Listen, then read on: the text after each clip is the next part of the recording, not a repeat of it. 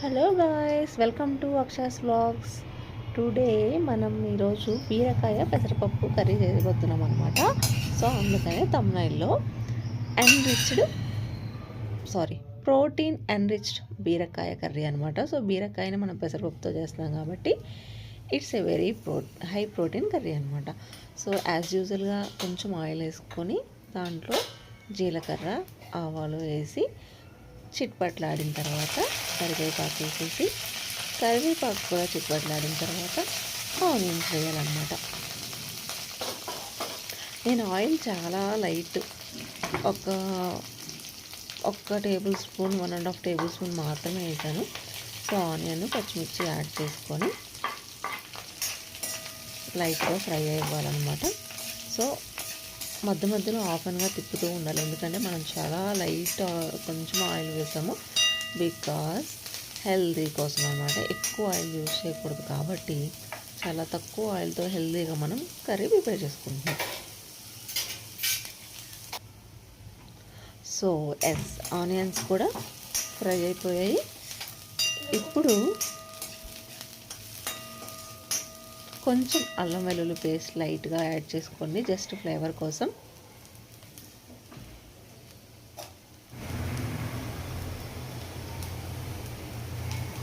అల్లం వెల్లుల్లి పేస్ట్ కూడా కొంచెం పచ్చి వాసన పోయే వరకు ఫ్రై చేసుకొని నెక్స్ట్ మన మెయిన్ ఇంగ్రీడియంట్ బీరకాయ ముక్కలు. సో బీరకాయ ముక్కలు యాడ్ చేసేద్దాము.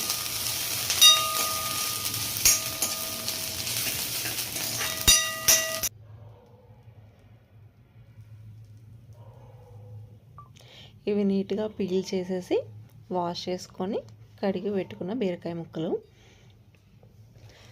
మొత్తం బీరకాయ ముక్కలు వేసాక కొంచెం కలుపుకొని నెక్స్ట్ కొంచెం పసుపు, కొంచెం సాల్ట్ కూడా మరీ ఎక్కువ యూజ్ చేయొద్దండి. ఎంత సాల్ట్ కారం ఎంత తగ్గించుకుంటే అంత మంచిది కాబట్టి సాల్ట్ కూడా నేను జస్ట్ 2 టేబుల్ స్పూన్స్ అనమాట.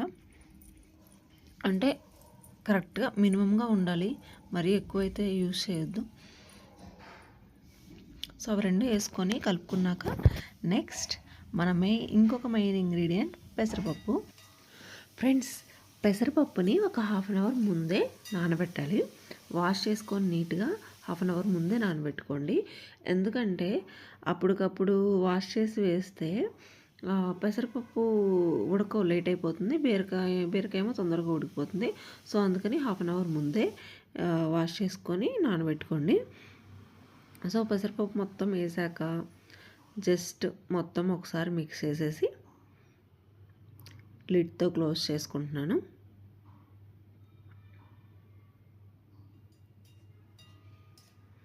యాక్చువల్లీ మనకి బీరకాయలో లేత బీరకాయ అయితే వాటర్ వస్తుంది, బాగానే సరిపోతుంది. బట్ నా బీరకాయలో అయితే వాటరే రాలేదు, ఎందుకంటే అది కొంచెం మురిగిపోయింది గాయస్. నేను తీసుకొని ఆల్మోస్ట్ ఒక 4 to 5 days అయిపోయింది. సో నేనేం చేశానంటే మధ్యలో ఒక 2 times మనం బయట టీ తాగుతాం కదా, ఆ టీ గ్లాస్లో హాఫ్ జస్ట్ మనకి కింద అడుగంటకుండా మాడిపోకుండా ఉండడానికి జస్ట్ హాఫ్ గ్లాస్ వాటర్ ఒకసారి, ఇంకొక హాఫ్ వాటర్ ఇంకొకసారి జస్ట్ 2 times యాడ్ చేసాను అంతే. ఎప్పుడు కూడా కర్రీ ఇలా కొంచెం డ్రైగా ఉండేలాగే చూసుకోండి, మరీ గ్రేవీలాగా ఉంటే అంత టేస్ట్ ఉండదు అనమాట. మరీ ఎక్కువ వాటర్ అయితే యాడ్ చేయొద్దు. సో ఇప్పుడు నేను నా పెసరపప్పు బీరకాయ ఉడికిందా లేదా అని చెక్ చేసుకున్నాను, అదైతే ఉడికిపోయాయి. సో ఇప్పుడు నెక్స్ట్ కొంచెం ధనియాల పొడి అండ్ కారం కూడా చాలా కొంచెం, జస్ట్ ఇప్పుడు మీకు చూపించాను కదా ఆ స్పూన్లో 1.5 స్పూన్ వేసా. అంటే మనకి కారం జస్ట్ లైట్గా మరీ చప్పగా లేకుండా ఉండేలాగా లైట్గా యాడ్ చేస్తున్నాను అనమాట. గాయస్, మీకు సీక్రెట్ తెలుసా ఏంటంటే కారం తక్కువ వేస్తే కూర మనం ఎక్కువ తినగలం కాబట్టి, ఎందుకంటే స్పైసీ తక్కువ ఉంటే ఆబ్వియస్గా మనం కూర ఎక్కువ తింటాం అనమాట. సో అదే ఇది అందరికీ తెలిసిన ఓపెన్ సీక్రెటే, బట్ మనం ఫాలో అవ్వాలి. బట్ ఇది హెల్దీ రెసిపీ అని చెప్పేసి ముందే చెప్పాను కదా, సో మనం డెఫినెట్గా ఫాలో అవ్వాలి. సో నా దగ్గర కొత్తిమీర లేదు కాబట్టి నేను యాడ్ చేయలేదు, మీ దగ్గర ఉంటే యాడ్ చేసుకోండి. Thank you guys.